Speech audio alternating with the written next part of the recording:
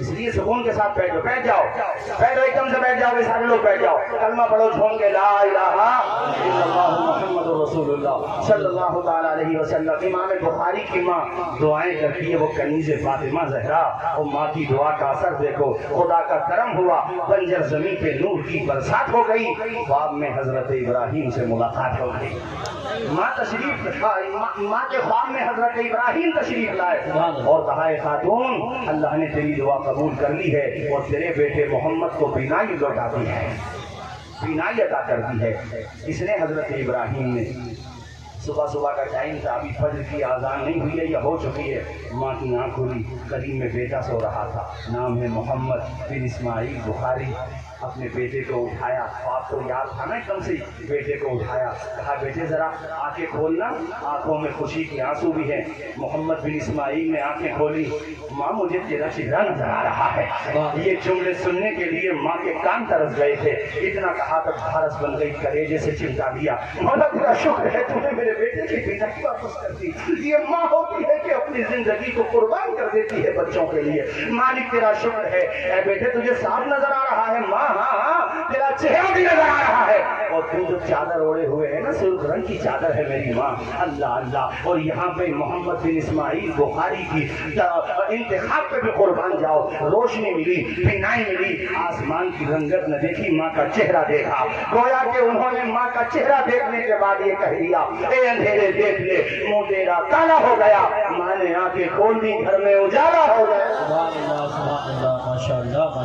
یہ ہوتا ہے ماں کا ادب۔ اور پھر کیا ہوا، اپنے بیٹے کو پڑھایا ماں نے۔ ماں تو میں سنا رہا ہوں خاص طور پہ یہ جو 6 بچے حافظ قرآن بنے، ان کے پیچھے ان کی ماں کی بڑی محنت ہوگی بے شک۔ حضرت امام بخاری کو ماں نے تعلیم حاصل کرنے کے لیے مختلف شہروں میں بھیجا، اور اللہ نے اتنا قابل بنایا، اللہ نے اتنا علم عطا فرمایا کہ باقی آپ کے جو ساتھی تھے جو مدرسوں میں پڑھنے جاتے تھے، محدثین کے پاس پڑھنے جاتے تھے، وہ دفتروں کے اندر حدیثیں لکھتے تھے۔ شروع میں امام بخاری لکھتے ہی نہیں تھے۔ ایک دن آپ کے ساتھیوں نے کہا اے محمد بن اسماعیل تم تو اپنا وقت ضائع کر رہے ہو، لکھتے تو ہو نہیں، تمہیں کچھ یاد بھی ہے؟ آپ نے کہا اچھا میرے ساتھی یہ بتاؤ تم نے اپنے دفتروں میں اپنے رجسٹرز میں کتنی حدیثیں لکھی ہوں گی؟ کہا ہم نے 15 ہزار حدیثیں اب تک لکھی ہیں۔ امام بخاری نے کہا پہلے تم سناؤ گے یا پہلے ہم سنا دیں؟ اللہ اللہ، کہنے لگے نہیں تم کیسے سنا دو گے جب تم نے لکھی ہی نہیں ہے؟ کہا تم اپنے دفتر کھولو۔ انہوں نے دفتر کھولے، امام بخاری نے پڑھنا شروع کر دیا، اور 15,000 حدیثیں سنانے کے بعد آپ رکے۔ سارے لوگوں نے کہا اے بخاری تجھے یہ کیسے یاد ہو گئی؟ کہا میری ماں کی دعا کا اثر دیکھ رہے ہو میرے ساتھ، اس لیے میں نے یہ زور دیا ہے ان عورتوں پر کہ اپنے بچوں کو پڑھانے کا جذبہ پیدا کرو، اپنے بچوں کے اندر تعلیم کا ذوق پیدا کرو، اور بچپنے ہی سے یہ خواب دیکھو مالک میرا بیٹا حافظ قرآن بن جائے، اللہ کرا میرا بیٹا ڈاکٹر بھی بنے، ایڈوکیٹ بھی بنے، میرا بیٹا سائنٹسٹ بھی بنے، مگر ساتھ میں وہ قرآن بھی پڑھتا ہوا چلا جائے۔ جھوم کے بولو سبحان اللہ، زبان بہت اچھا پیغام پیش کر رہے ہیں، جواب دیا ہر آدمی بڑی ماشاءاللہ محبت سے سنتا۔ بھائی صاحب بغیر تعلیم کے ہمیں اور آپ کو کون بلا لیتا اگر پڑھے ہوا؟ صحیح، حالانکہ اتنے پڑھے ہوئے نہیں ہیں، محبت زیادہ ملتی ہے آپ لوگوں کی، مگر بہرحال یہ ماں باپ کا ہی تو احسان ہے۔ بولو کس کا احسان ہے؟ میں نے آپ کو زور دے کر کے یہ بات کہی ہے کہ آج کی تقریر میں لبے لباب کے طور پہ 3 باتیں دماغ سے لے کے جانا۔ ایک تو جھگڑے بالکل دماغ سے نکال دو، تو لڑنا ہی نہیں ہے ہمیں۔ سامنے والا کچھ چڑھا رہا ہے نا، راستہ بدل دو، وہ یہی تو کہے گا دب گیا، تو جو دبے گا سمجھ لو قیامت میں وہی اونچا اٹھے گا۔ اور سامنے والا جو بے وجہ دبا رہا اسے بھی سوچنا چاہیے بھائی میں کیوں دبا رہا ہوں؟ جو پیسہ میں جھگڑوں میں اٹھا رہا ہوں وہ غریبوں پہ اٹھا دوں، اور بھیا پیسہ پھر بھی نہیں روکا جا رہا تو مدرسوں میں اٹھا دو، ثواب ہی ملے گا، لیکن تم صبر کر دو۔ اور دوسرا پیغام مسجدوں کو آباد کر، مسجدوں کو زور سے بولو، مسجدوں کو 5 وقت نماز کا مزاج بنا لو کہ نماز تو ہمیں پڑھنا ہی ہے یار، صرف مسجدیں بھر دینا ہم لوگ تو اسی کا بہت اچھا اثر پڑ جائے گا۔ قاری صاحب 3 دن تو نماز پڑھتے ہیں مسلمان سب کے ساتھ، عید میں، بقرعید میں اور الوداع میں، یعنی عید الفطر میں اور یہ عید الاضحیٰ میں اور الوداع میں، یعنی سب کے سب پڑھتے ہیں. ارے بعض بات جمعے بھی گول کر دیتے مگر ان 3 دنوں میں پڑھ لیتے ہیں. ماشاءاللہ پڑھتے ہیں کہ نہیں؟ بولو بتاؤ. راجیہ سرکار سے لے کے مرکزی سرکار تک تمہیں پروٹیکشن دیتی ہے کہ نہیں؟ اونچا بولو دیتی ہے کہ نہیں؟ ارے بولو دیتی ہے، عزت دیتی ہے. تم نے سب نے 3 دن نماز پڑھی. اللہ تعالیٰ کا کرم دیکھو کہ اوروں نے بھی تمہیں عزت دی. اس کا مطلب کیا ہوا کہ ہر دن اگر اسی طرح سے 5 وقتہ نماز کے لیے تم نکلنے لگے تو پھر قاری یوسف رضا صاحب مسکراتے ہوئے یہ 4 مصرے سنائیں گے کہ غیر کو اخلاق سے اپنا بنانا سیکھ لو، رنج و غم کے سائے میں بھی مسکرانا سیکھ لو. دیکھنا دنیا جھکے گی خود تمہارے سامنے، تم خدا کے سامنے سر کو جھکانا سیکھ لو. نعرے تکبیر، نعرے رسالت، نعرے غوثیت، مسلک اعلیٰ حضرت فیضان اعلیٰ حضرت حضرت علامہ توصیف رضا صاحب قبلہ جشن دستار بندی. حاجی صاحب 15,000 حدیث ایسے سنا دی. 1988 میں بہت جلدی 10-15 منٹ میں تقریر ختم کر رہا ہوں. 1988 میں عراق کے اندر ایک بچہ اسکول سے پڑھ کے واپس آیا تو اس کی ماں نے اس سے کہا بیٹے اپنی کاپی مجھے دے. اس نے کاپی دے دی. کاپی جب دی تو ماں نے اس کاپی پہ لکھا انی احب ان تکون طیارا، اے بیٹے میں تجھے پائلٹ دیکھنا چاہتی ہوں. ارے زور سے بولو یار، کیا دیکھنا چاہتے ہو؟ پائلٹ سمجھتے ہو؟ جہاز کا ڈرائیور، پائلٹ. ماں سے اس نے کچھ نہیں کہا. اس نے وہ کاپی کا پرچہ حفاظت کے ساتھ رکھ لیا اور وہ بچہ پڑھتا رہا یہاں تک کہ سن 2022 کے لاسٹ منتھ دسمبر میں وہ دن بھی آیا. اچھا اس کے بیچ میں کئی دفعہ ایسا ہوا وہ کہتا تھا ماں تو عمرہ کرنے کیوں نہیں جاتی؟ تو ماں کہتی تھی بیٹے میری تمنا یہ ہے جس جہاز میں بغداد سے بیٹھ کے مدینہ ایئرپورٹ یا جدہ ایئرپورٹ جاؤں اس جہاز کو اڑانے والا کوئی اور نہ ہو، میرا اپنا ہی بیٹا ہونا چاہیے. میں یہ چاہتی ہوں کہ میرا بیٹا پائلٹ ہو اور اس کی ماں زائرہ مدینہ ہو، اس کی ماں مدینے کی زیارت کرنے کے لیے جائے. بیٹے نے ماں کا یہ ویژن، ماں کا یہ مقصد، ماں کی اس دعا کو اپنے دل سے مضبوطی کے ساتھ باندھ لیا. اور سن 2022 کے آخری مہینے دسمبر میں قاری یوسف رضا صاحب وہ دن بھی آیا کہ جب بغداد ایئرپورٹ پہ وہ جہاز کی طرف بڑھ رہی ہے تو بیٹا جہاز کے مین ڈور پہ کھڑے ہو کے ماں کو سیلیوٹ کر رہا ہے. ماشاءاللہ. ہائے ہائے، جھوم کے نہیں بولو گے بھائیو؟ نیند آنے لگی کہ آپ لوگوں کو؟ جھوم کے بولو یا رسول اللہ.